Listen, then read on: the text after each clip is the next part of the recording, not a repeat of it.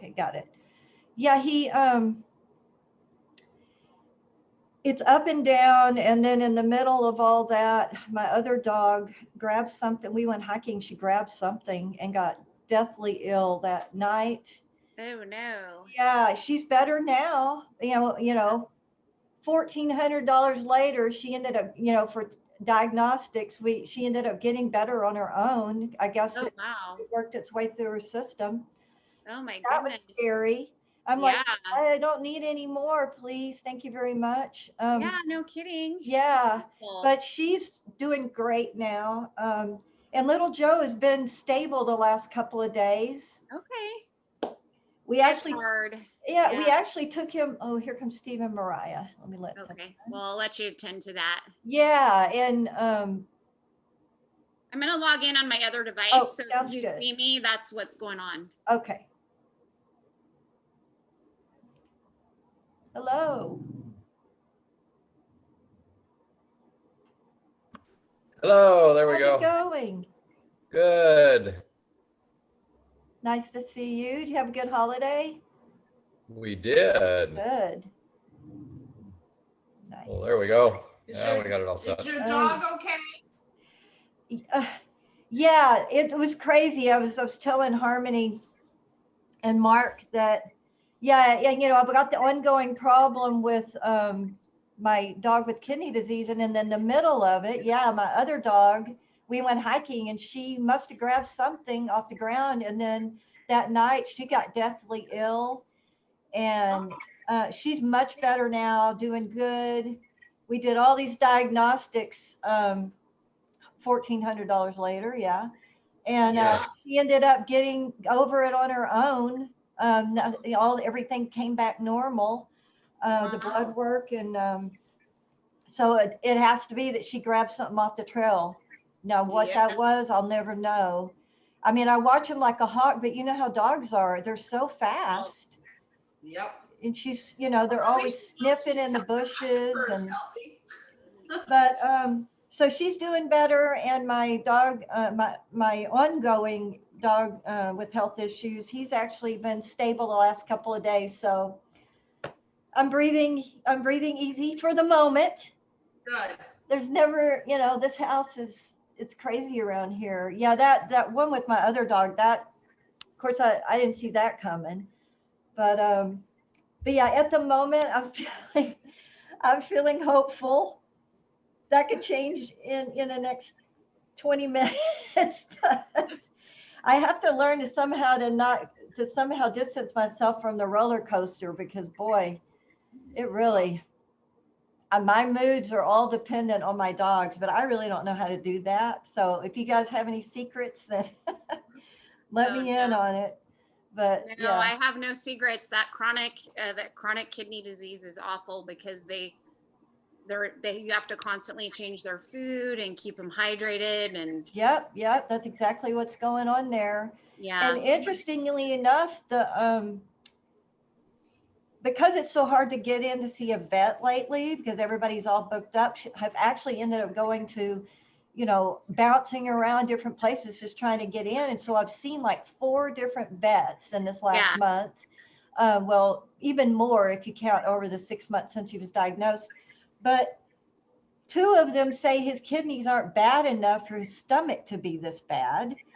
And so I, I'm, we're in a good run the last couple of days, but if he crashes again, I'm going to have an ultrasound done, um, and see if something bigger is going, not bigger, but something else is going on besides the kidneys because they're like, his kidneys aren't that bad, comparatively for when the stomach starts like crashing and burning. So we'll see.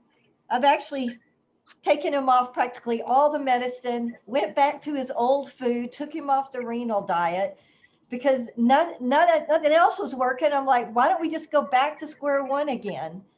And that's all he ever wanted was just his old diet. When I stuck him with the special diet, he's just been like, I want what I had. So we'll see. It won't be as good for his kidneys, but right now the primary issue is his stomach. So that's the priority, and then we'll go from there. But today I'm feeling pretty good about it. So I'm rolling with it. I do know, quick note, Iggy and Ian won't be here. He got in touch, so that he won't be here. And Takako just texted me, Takako and June and Mike, and Hagrid. My God, he's gotten so big because I haven't seen you guys. Yeah, Wow, what a few weeks. It's like 3 weeks. 3 weeks. That is Yeah, incredible. 72 pounds maybe. Whoa. I just got a good look at him. Yeah, Takako, Mike, and June just texted me, and something came up. So we're probably gonna have a small class today. But mainly I'm just kind of gonna be hopping around just some various subjects that I wanted to leave you guys with on your mind. Wanted to do a little review, check in and see, um, if there's anything in particular. I'm sure Brittany did a great job. I've worked with Brittany for a long time at with another company as well, and she's a doll. I love her so much. She's a dear friend of mine as well. A great trainer. She's been training for years. I love her calm demeanor. I could learn a lot about that. I'm a little bit hyper, but yeah, I'm sure she did a good job. She told me that she pretty much went by my curriculum, and she worked on some leave it, and had you guys using your hands to cover it, or your foot, which I really like. I really like that a lot. I thought I'd start with just talking. Let me turn my heater down 1 second.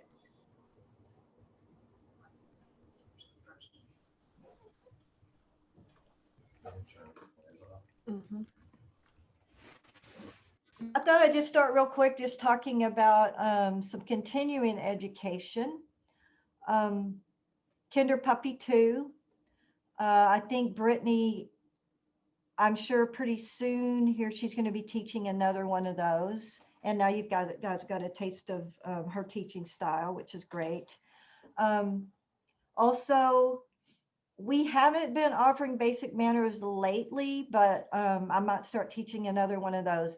And basic manners would be some review, which would be good actually if you took a break and then took basic manners. But we get a little bit more deeply into leash walking, and we teach at least one or two different behaviors that we don't do in Kinderpuppy. So that's something to consider.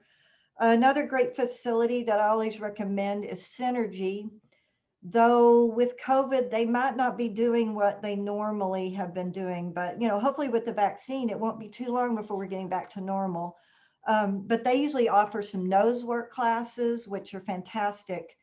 Um, fantastic nose work for your dogs builds confidence. It's fun for them. I mean, basically, their nose is their main sense, obviously, and so for them to get to use that and um, exercise that talent brings them great joy. And I've never done nose work with my dogs, but I know some people that have, and they said it's a blast. So Synergy normally not during COVID offers that, and also they normally offer parkour, which is like an urban agility, where you just kind of use things in your environment.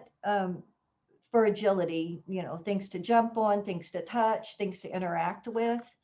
So if they're not offering it now, they should be soon, when things start returning to normal. Another thing is, of course, continue the puppy socials if you're doing it. I don't know if you guys are doing that with Hagrid at all.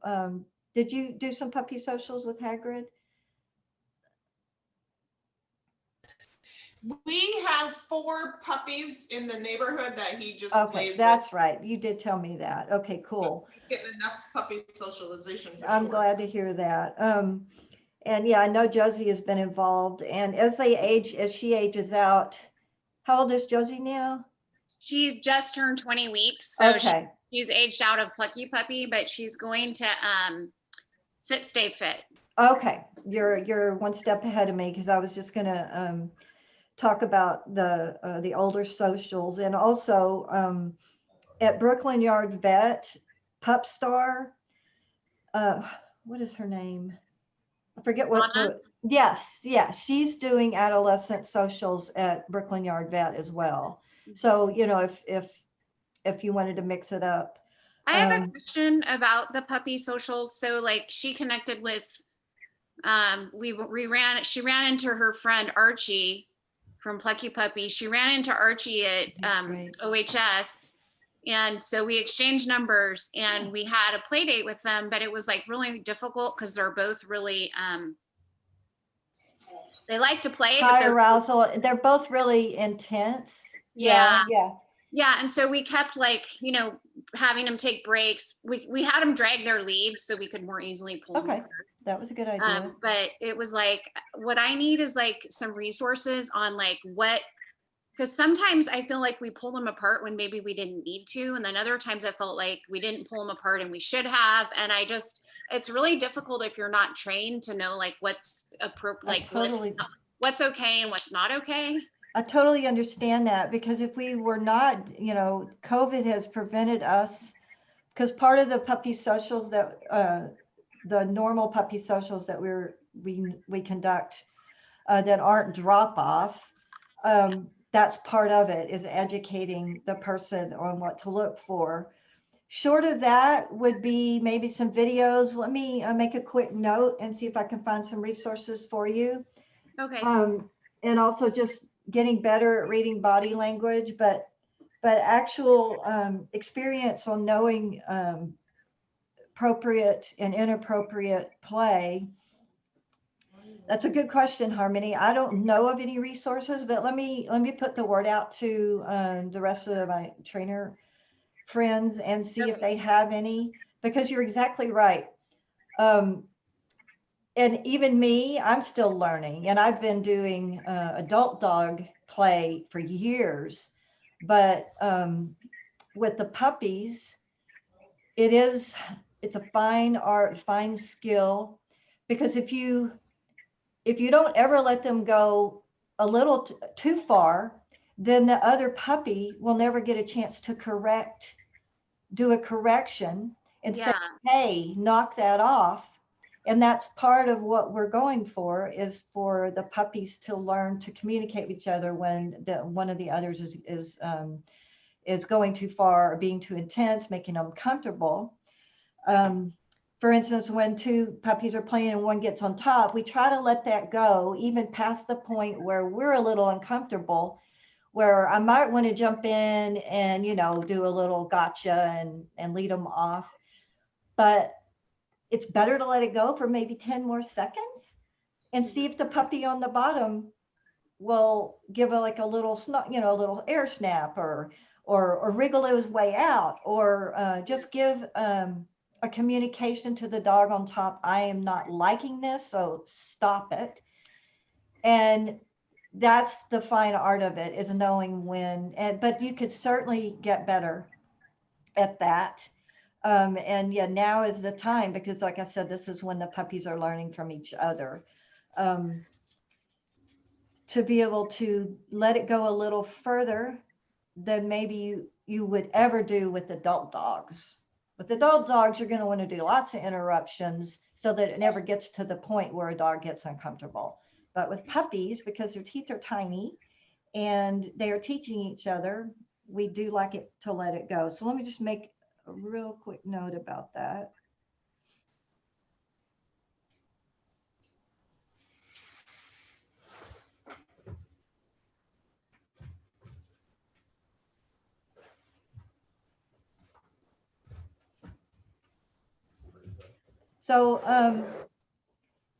So you might, you know, just right now in the meantime, as you see that they are playing and you start to feel they're getting a little intense.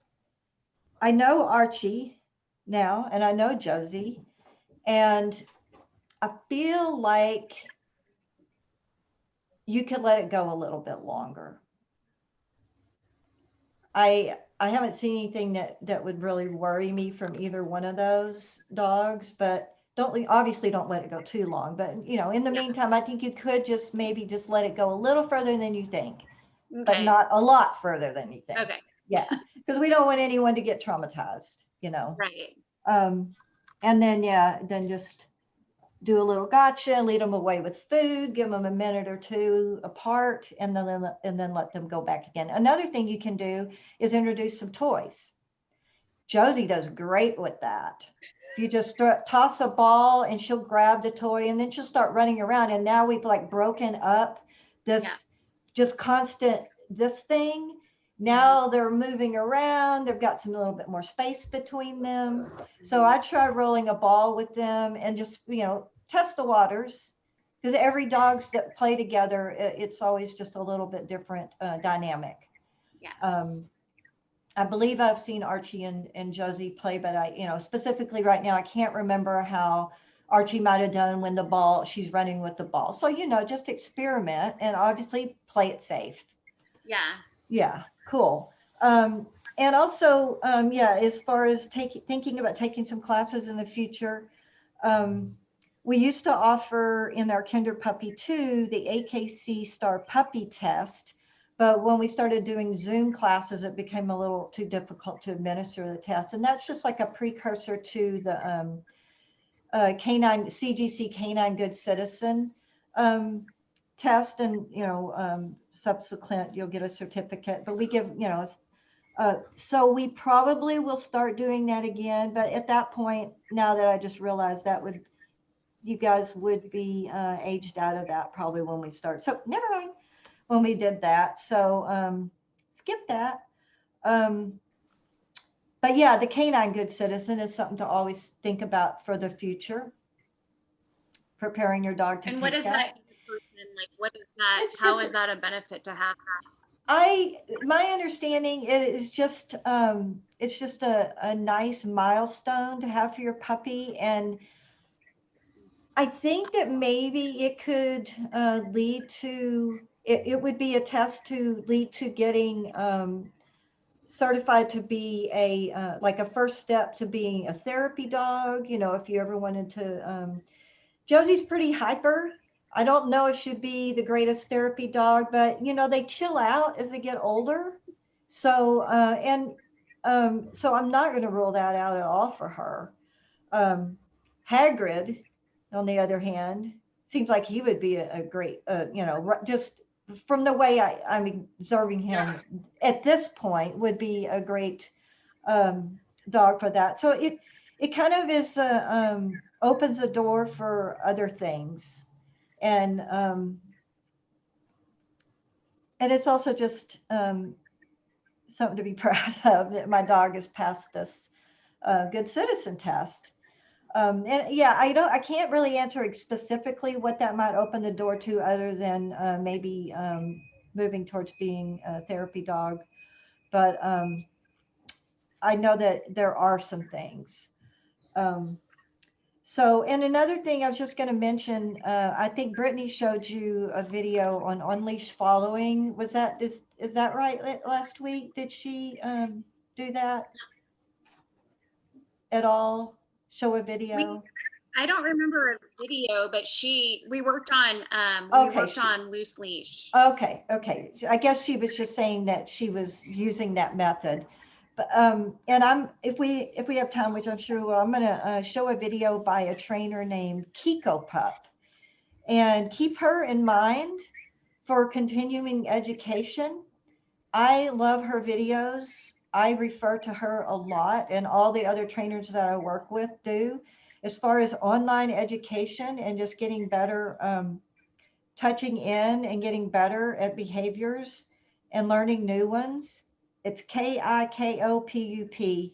She is amazing. She is so thorough, and her training approach is wonderful. I love watching her. So just, you know, if you just want to like tune in to something on YouTube and pick up a new behavior, or expound on something that you've already been working on, or learn a new angle of how to teach it. Also, drawing on my experience with having a bunch of senior dogs, I wanted to mention to you guys and just bring up the idea of possibly getting pet insurance for your puppy. My problem is all my dogs have pre-existing conditions, so pretty much everything that they have happened to them now would not be covered because it's on a lot of the things with the kidney disease. One of my dog has a heart condition. Once Lolly's got a little growth on her eye, and once they've been diagnosed, now they're pre-existing, and so you're screwed. You can't get any coverage. But one of my colleagues just signed her puppy up for Lemonade, and that's a new one. I had never heard of that one. And she said, and she just went to the vet, and they reimbursed her like lightning. Because I know that's some of the problems that people have with these pet insurances. It takes a long time to get your money back. But literally within hours, she had already been reimbursed. There's one called Bivy that it's only $11 a month and they pay half.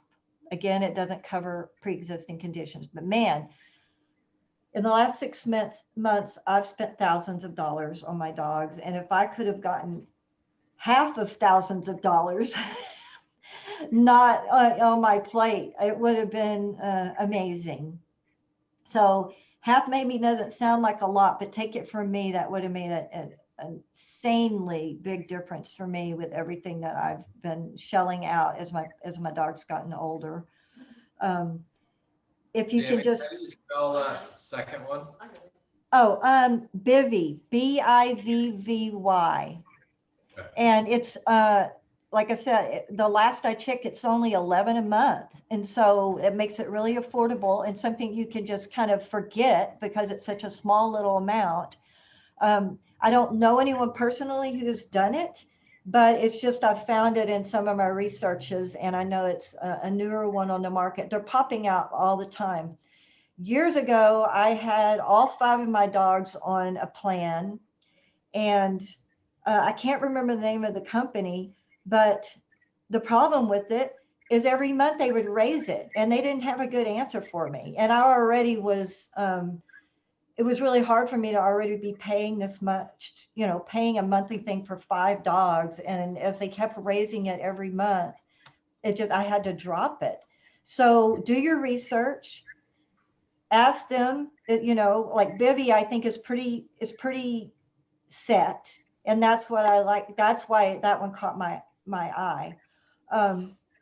Talk to them, find out, how often are you going to raise my rates? Why are you going to raise my rates? A lot of dogs, a lot of times they say, well, we give a cheaper rate for a mixed breed. And so that was one of the reasons I signed up with this company.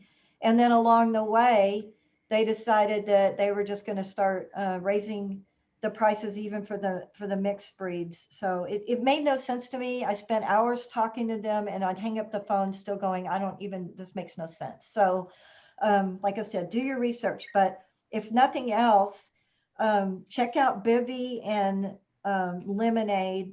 I think with Lemonade, there might be an aging out for senior dogs, but at least it would be something that you could get started on now while they're puppies.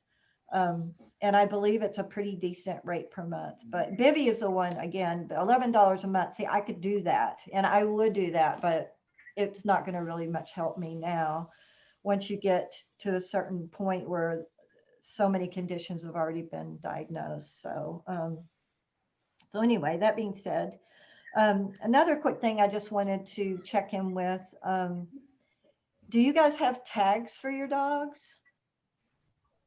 You do? How about you guys, Steve? Just No, I we wanted, haven't there yet. you have a microchip? Yes. Okay, I always like to bring this up with my class, and I wish there were more of the class here today because something to think about. My dogs are microchip too, and I love microchip. The only problem with the microchip is if your pup is somehow, out in danger.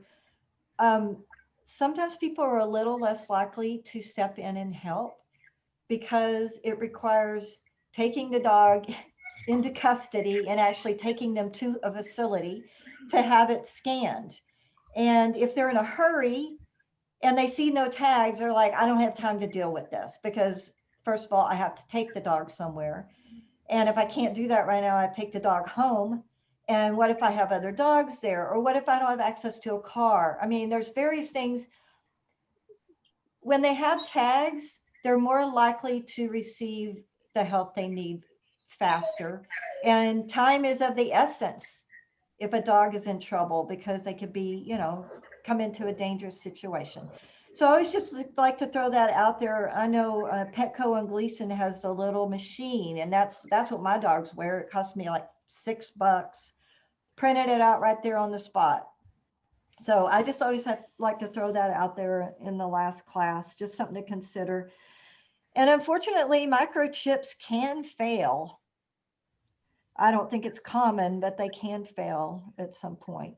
And also you have to make sure that you keep it properly registered, that you make sure when you get the dog microchipped in the beginning, make sure that it is registered to you. Because sometimes with adoptions, it's registered to the adoption place and then you have to get it changed over. And some people don't tell you that. And then if the dog was found, lost and found, then you might not actually be contacted. So anyway, that being said. So I wanted to, what was I going to talk about a little bit here? I was going to show this video on leash walking by Kinderpuppy, and this will give you a good little introduction to her too and her teaching style. This video itself is a little blurry, but the content is excellent. And it just, I feel like it's one of the best comprehensive leash walking and really just gets to the crux of it. So let me really quick see. I don't share screen very often, so I'm just going to see if I can do this.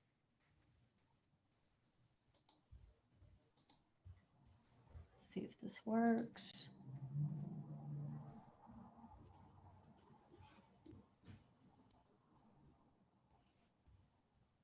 Here it is. So I'm going to pull this up. Or in So can you guys, other words, can you hear that okay? Okay. So it's not very big. Let me.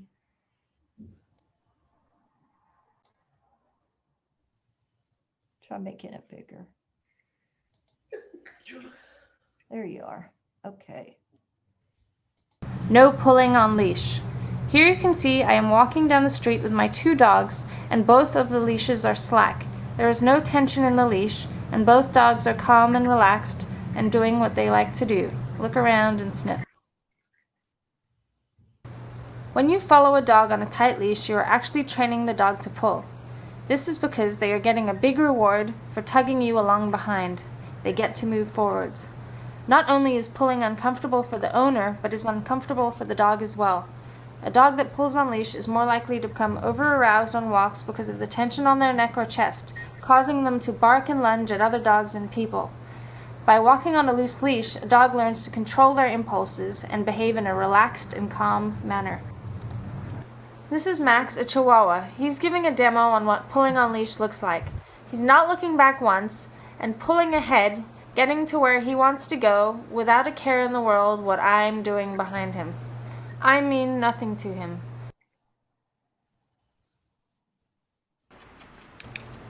Here's one game you can play. Drop a treat and walk ahead. As the dog catches up, click them before they get to you and reinforce them in the position you'd like them to be. So drop the treat at the back of your heel or feed them back behind your leg.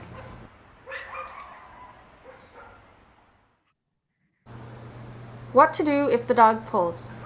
If the dog pulls ahead and the leash becomes tense, simply stop, encourage the dog back by patting your leg or making a kissy noise, take a couple steps back, and when they're on a nice loose leash, continue walking forwards.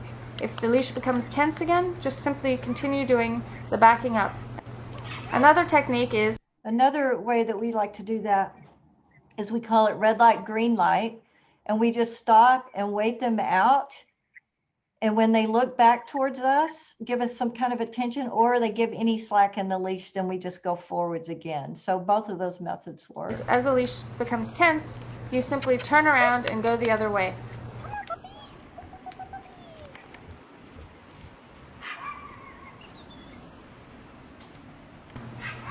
Don't forget to click your dog when you see them walking perfectly. Also, practice stopping and clicking them for staying with you. If they rush ahead, no click.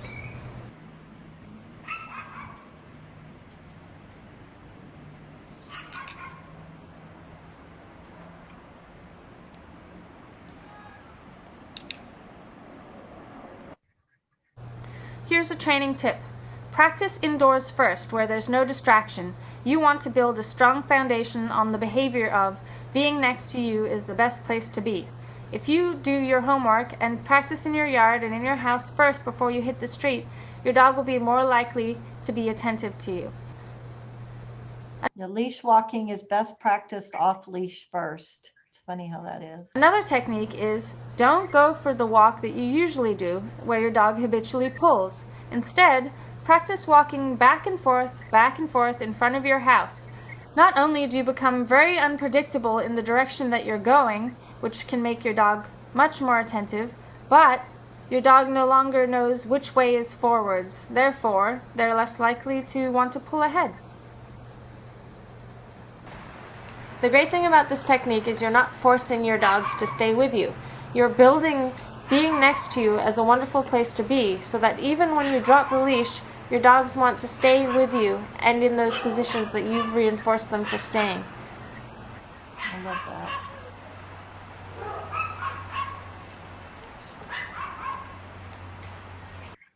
Okay, now let's see if I can get back. Okay, stop share. Oh, I did it. Okay. Yes, I love that. I used to have a dog years ago that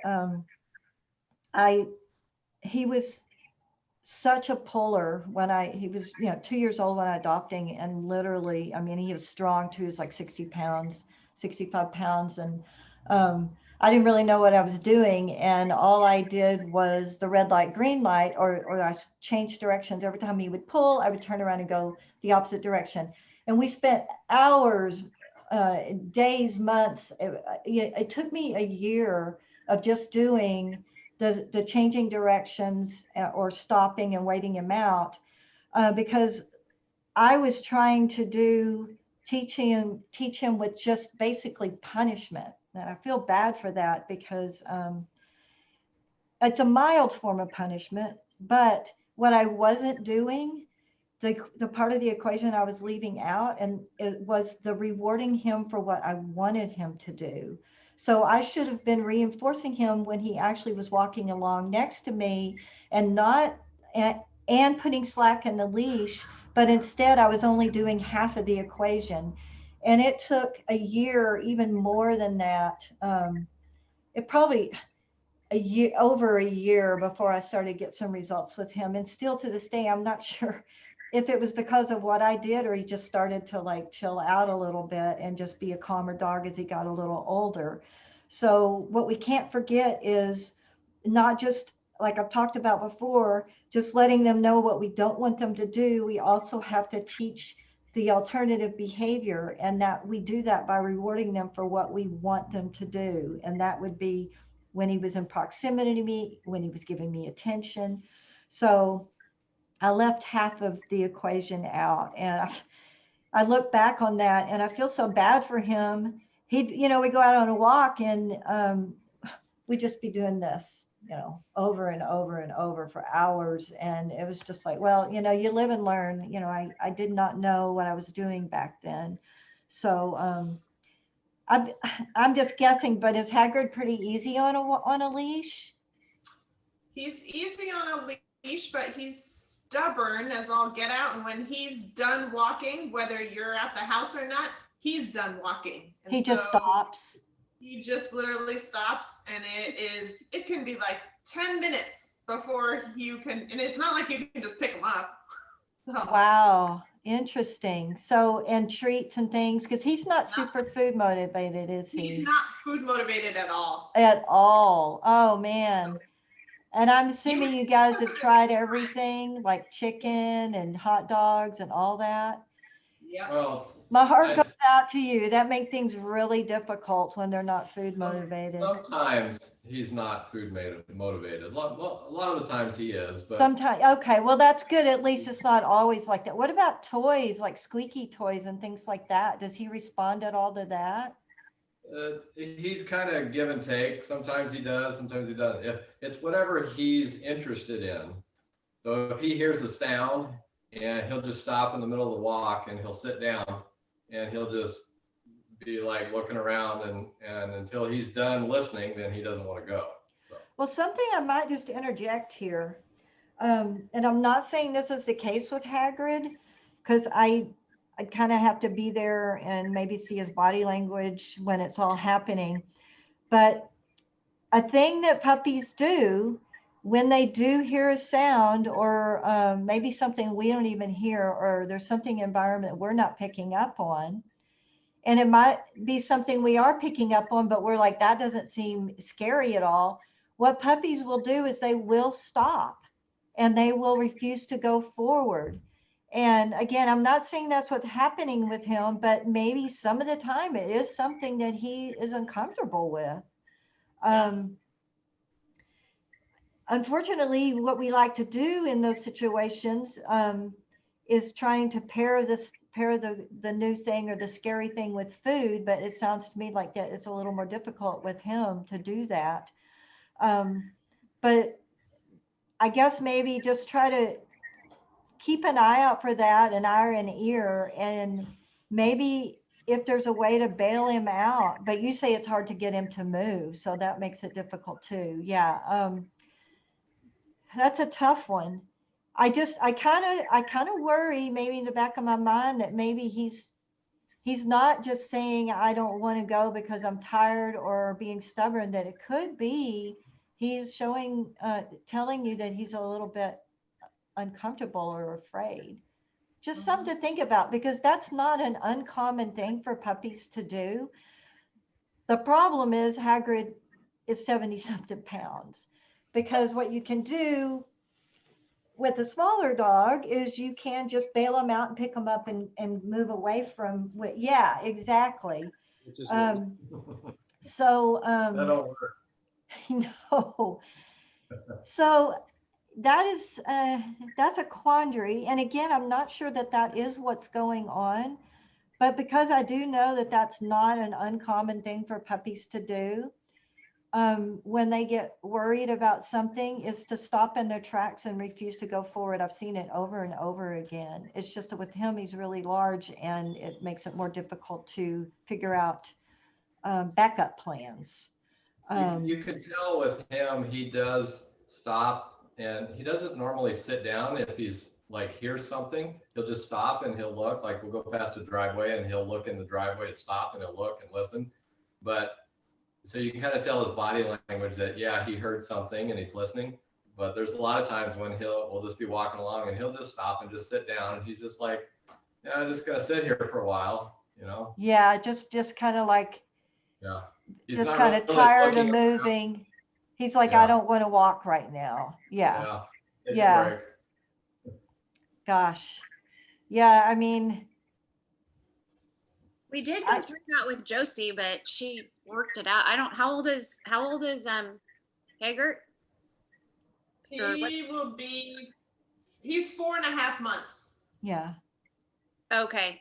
Yeah, we did go Josie's just turned 20 weeks, so she's at just a couple weeks older, I guess. But yeah, we She went was through doing the stopping. For us, we realized we were walking her way too long, so we shortened the walks, and that helped a lot.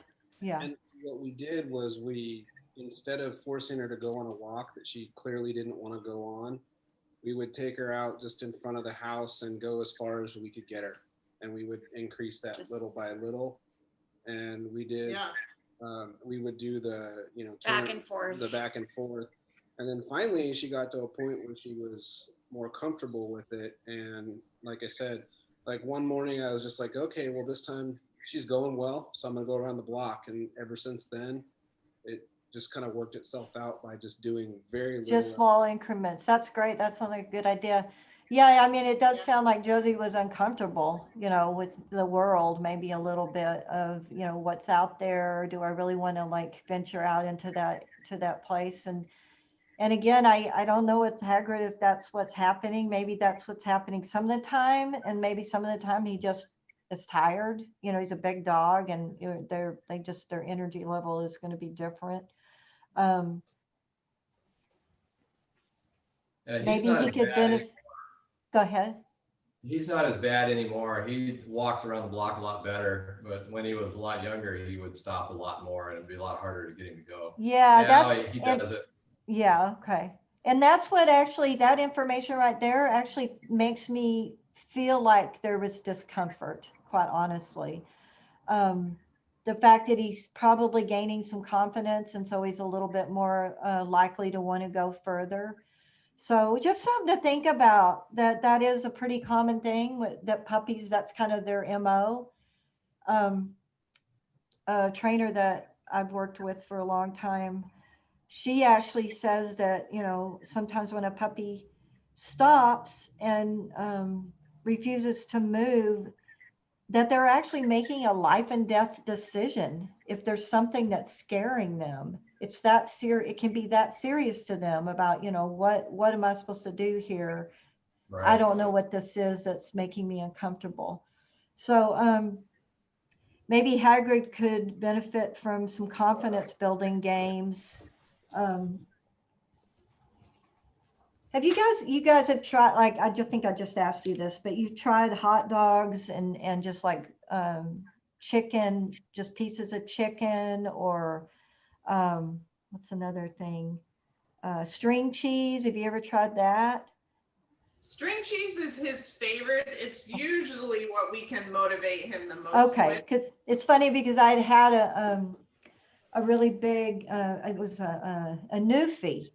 And interestingly enough, she had the same problem, not particularly food motivated, but we brought out the string cheese and we started getting some action. So That's what we do yeah, most. maybe that's a big dog thing.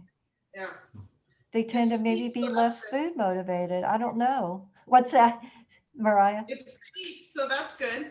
Yeah, that's true. Yeah, thank goodness for that. So yeah, well, I'm glad to hear that he's doing it less, because I do think that at least some of the times it probably is because he was uncomfortable with something. I was told, or I've read that, do you know what Leonbergers, am I pronouncing it right? Yeah. Um, do you know what their sort of history is? Because I know like a lot of the bigger dogs like Newfies and Mastiffs and some of these larger dogs have been, in their past been bred for um, guarding flocks or just being guard dogs of, of any particular other animals. And so my understanding is they actually have a lot of fear tendencies. And so him being a larger dog, I was just curious if you knew the history of them at all, because I'm actually totally in the dark about Limburgers. If they were, garters of flocks or. They were more like workhorses, Okay. pulling heavy loads short Oh. distances. Okay, that's interesting. And bred to look scary because they look like a bear. And bred to look scary so people would be afraid of them, which is ridiculous. Yeah, really. Yeah. Okay, well, that's interesting. Okay.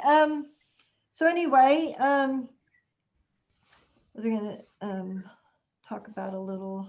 I was going to just mention dog parks a bit. I don't know if you guys are going to dog parks, but just be careful if you do. Just keep in mind again that none of the dogs are being screened. A lot of people aren't paying attention.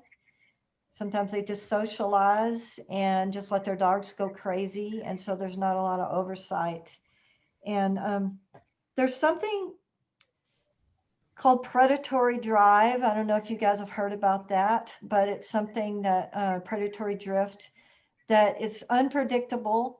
And when a small dog is yelping or running, it can sometimes trigger another dog to go for them. And that's one of the reasons I worry a little bit about dog parks. And it's not predictable, and that's the scary part about it. Once it kicks in, it can be bad. They'll run, chase down, grab, and shake a small dog. So if you get into a dog park situation where there's a ton of activity and a lot of running around with no oversight, with no one like trying to control it, there might be a more tendency for this to happen. And it doesn't mean if your dog was to do that, it doesn't mean they're a bad dog, because it's not something that we can predict or control. The terriers would be maybe a little bit more prone to it, and certain dogs a little bit more prone to it just because they have a bit more prey drive, but it can happen to any dog. Hagrid, I don't know if Hagrid ever moves fast. No, okay, it might not be such an issue then. But His because moment to get going, then he gets in trouble, but And he falls over. okay, that's a lot of body to control. But just if you are at a dog park and you start to see some stuff happening that you're uncomfortable with, just be sure and leave. Don't stick around to see it getting worse. The smaller dogs, I recommend trying to find one that has an actual small dog area. Normandale does.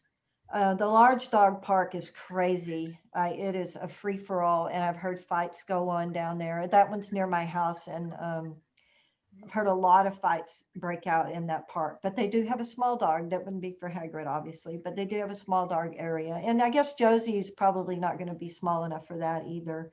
I don't know how big she's going to get. I guess her parents, if I believe the gal that I got the dog from, I guess the parents were around 38 pounds. Oh, okay. So she's not going to be that I think big. she's around 22 right now. Okay. So she'll be about the size of my Lolly then. Lolly's about 35. Well, she might be 40 right now. But I mean, my vet and, numerous parties have said not to introduce them to dog parks until they're like at least a year old. Yeah, I would definitely And I know there's some agree people with that. who never take their dogs to dog parks. For me, I'm a little disappointed because my previous dog seemed to do fine at dog parks, and so it was like a nice social hour for myself and my dog. Totally understand that. I Yeah. don't do Josie with her arousal. I would be a little scared about that, if she could get another dog over aroused, and it could backfire on her. Yeah, like at Stay Fit yesterday, she went to her first adolescent social, and she was the smallest dog. And there was like, I don't know, 8 dogs, and they watched them for a while, and then they split them into 2 groups. Yeah. And she got put with the group that was more the more relaxed play style. Well, that's interesting. Because she was so over aroused, they didn't want to put her with the dogs that were being really, rambunctious. That were already rambunctious. But yeah. they told me that she was like, it was actually her that was kind of like exciting the group, or like making the group a little bit like unsettled or something. And so I just like wish I could again be there in person and see it and know it, because it's just concerning to me. Like I'm just really concerned about this arousal thing. And I mean, we did get a private trainer, and we're doing like all kinds of like impulse control exercises and everything, but it just makes me nervous because I feel like she's uncomfortable. Like I feel like it's a little bit stressful for her. Yeah, I would agree with that. I don't think she was the right candidate for the more shyer, lower key puppies. Personally, I think she should have been with the other dogs, but obviously with a lot of oversight to make sure that she's not getting other dogs so aroused that then they're making it harder on her. Yeah. But you know what I've seen, it's generally worked out pretty well as she's gotten better and better. But I won't disagree with it. She does tend to amp things up. But with the right dogs, I've seen it work out pretty well. So, Yeah. but I would worry at a dog park because there's no oversight. We're constantly watching Yeah. in the socials. But in a dog park, if she was to get a dog amped up that we might not know where that might lead to, Yeah. it could cause some harm Yeah. to her. It's Yeah, just, I'm just bummed because I don't want I the dog understand. that like is amping everyone up. Like, is that just going to be her personality or? I don't have the answers to that. It sounds like you're doing everything you can to work on her. You know, maybe she'll get more chill as she gets older. Um, Yeah. but Well, at and the very like, least, oh, I like, can say that I've seen some really good. That's great. And the very least, I've seen some really good play from her. I yeah. just think at this point in time, you might have to just resign yourself. She's not a dog park dog. Okay. But it won't necessarily mean that it won't be for the future. And maybe you can find a dog park that works for her. They're not all crazy. Right. Find some that are a smaller number of dogs that would be great for her. You just might have to shop around a little bit, you know, and then Yeah. and go a little further from your house. But for now, I think for her safety and, you know, for other dogs as well, just in case she was to get them worked up and cause, I think what you're doing is perfect. Um, I might it's stay fit if they're putting her with the more Well, they didn't put her with the shy dogs, like all well, the not dogs. shy dogs, but the lower energy dogs. Yeah. I might check out Pup Star at Brooklyn Yard Vet and Yep. see maybe how that experience will go Okay. with their adolescent groups. Just go to Pup Star, that website, and it'll tell you about the groups that they're what they're offering with the adolescent play groups, and then see what Hannah thinks. See where Hannah would put her, and just get another. And then the other thing I don't like about some of these play groups is, I mean, and I know this is like my own, I mean, I have friends that have had like pit bulls, and I've known some of the most like sweetest, gentle pit bulls. Like, I don't want to be stereotyping, but it does make me nervous when I go to a play group and I see a pit bull on it that's having to be like tethered and stuff. Like, I don't really want my dog with pit bulls that have to be tethered. Is that What do common? you mean tethered? You Well, mean I like? just mean like they have to hold the pit bull. Like, they have to keep a leash on the pit bull. Okay. I don't. It probably just means that pit bull is probably a few steps higher arousal than Josie. I Yeah. wouldn't necessarily jump to the conclusion that pit bull is dangerous. I Okay. think if the pit bull was dangerous, they would be kicked out. I mean, that, Yeah. you know, they shouldn't be in there. And if they know what they're doing, they'll be able to make that judgment call. Yeah. Pit bulls have a lot of drive. Um, Similar to they're a terrier, um, and they can have a tendency to get over aroused, and that's probably what's happening there. They're handicapping it. They're trying Right. to give it the opportunity to be able to reel it in when they feel like maybe they're getting a little too But overbearing. Yeah, the hard thing is that Josie, I don't really want her amping up a pit bull. yeah. Well, I mean, personally, I love pit bulls, so but I understand I mean, I'm not saying you Yeah. don't love them or have a hatred towards them, Yeah. but personally, I really don't think it's necessarily by breed. It's just It's, necessarily by the individual dog. oh yeah. So Yeah. yeah, And so I've known that have because been. we get pit bulls a lot in our puppy socials, Okay. and I've seen the gamut of behavior. I've seen the over aroused one, and I've also seen the ones that weren't. Yeah. So yeah. I mean, they Okay. do have a lot of jaw power, but there's other dogs that have at least as much or maybe more jaw Yeah. power. So I mean, I won't sugarcoat that. I mean, there are dogs that have more jaw power, but there's a lot of other dogs besides pit bull that have real, extra strong jaws. So Yeah. um, I don't think you're going to be able to. Go ahead. I was gonna say our previous dog that we had is a Greater Swiss Mountain Dog, and he was 120, 130 pounds, and the gentlest dog in the world around anybody and everybody, even small kids and everything. Never had a concern until we would go to a dog park, and he had this obsession for small dogs, and he would go straight towards the small dogs, and he would just stand over top of them, and he would never hurt them, but he would just be right over top of them with his mouth right near him, on him. And I know the owners were like freaking out because they thought this That's dog very was scary. Yeah, I mean, that can be very scary. And, yeah, you know, that and was that just could, the way- go ahead. that was just the way he was. So we just Yeah. had to kind of call off the dog parks for him. Yeah, I've seen that before. Yeah, where there was, in the daycares that I worked at where certain dogs definitely had this bit of an obsession with smaller dogs. And to tell you the truth, we always heeded that, and we took warning of that at some point that could actually tip into predatory drift.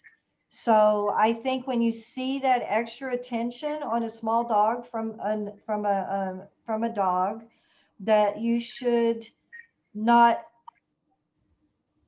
I don't think personally, in my experience, that they should be allowed to be around small dogs unsupervised. Avoid the situation. Thank you. Exactly. Because I have seen where a large dog had continuously shown a bit of obsession qualities or signs towards a small dog. And then one day I saw that dog actually take it a step further and grab and snatch the dog. The dog lived, but he was seriously injured. We had seen signs of it. We did a lot of management of it. But there was a situation where it happened, and something triggered it. The dog made a sound, or it was running. I can't remember. It's been years ago. So whenever we see that in any place that I've ever worked, we don't ignore it. And it sounds like, you guys manage that as well. We don't have a lot of warnings for predatory drift when that kicks in. But if we already see there's some signs of obsession, then we're gonna at least use that as a clue that maybe this could actually happen. And maybe it never would have, but why take a chance on it? Because it can, if they grab and shake a small dog, they can kill it. So it's just better. It's better to go, well, that might actually go further one day. It actually might not, but why risk it? So yeah, I just always say play it safe with that. All right, guys, we're running out of time, but just in closing, I just wanted to tell you again to continue to make the positive pairings with Hagrid. I know it's hard with the food situation, but maybe have some string cheese when you're out and about, when he's maybe doing some of that stopping, or if you hear a sound or something new comes into the environment, just continue to try to do those pairings of food. I know you guys are doing it too. Pairing food with anything new in the environment. This is when we need to be doing it. We can teach them behaviors at any point in their life. But right now is when we're actually trying to create an optimistic dog that will be able to handle things that come at them for the rest of their life and not be fearful. Always make the training fun. Don't force your dog. Don't force yourself. If you're not having fun, then just call it quits. Give some easy wins.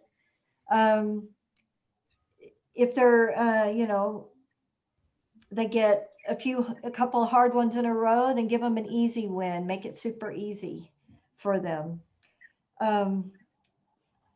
I think that about covers it. I've really enjoyed you guys. I hope I see you again in the future in some way, shape, or form. I wish that I'd gotten to meet I got to meet Josie. Unfortunately, I didn't get to meet Hagrid, but maybe someday we'll come across. I often see dogs that I've either had class with or, had in a daycare. I'll see them around town, and it's always the coolest thing when they remember me. And it's just like, you remember me, yay. I don't know if Hagrid will, but he might recognize my voice. Yeah, So he you may. never You'll know. recognize him, I'm sure. What's that? You'll recognize him, I'm sure. Oh, yes, I certainly will. Well, take care. Oh, one quick note. Everybody's, you guys are going to get a certificate. Used to, we would hand them out in person, but then we started doing Zoom and we kind of stopped the certificates, but I've actually started them back up. But what I do is I just mail you, I email you an electronic version, and then that's up to you to print out on any fancy paper you want. We'd print them out on some fancy paper, but you can, you know, if you go to the print store, you can get something with a border, or, you know, if you're a designer, you know, use Photoshop or whatever, can make it as fancy as you want. It'll just be pretty straightforward, but it can it'll show that, you know, you've completed this class. And I've got 12 students to send them out to, so give me like a week or two, and I'll be sending them your way. And anyway, take care, and I loved having you, and have a happy new year. Let's fingers crossed 2021 is going to be Yes. a better year. I think we all Yes. feel the same on that. All right, take care. Thank Bye-bye. you so much. Thank you, Tim. Bye. Bye. Bye, you guys. Bye, Hagrid. Bye. Bye.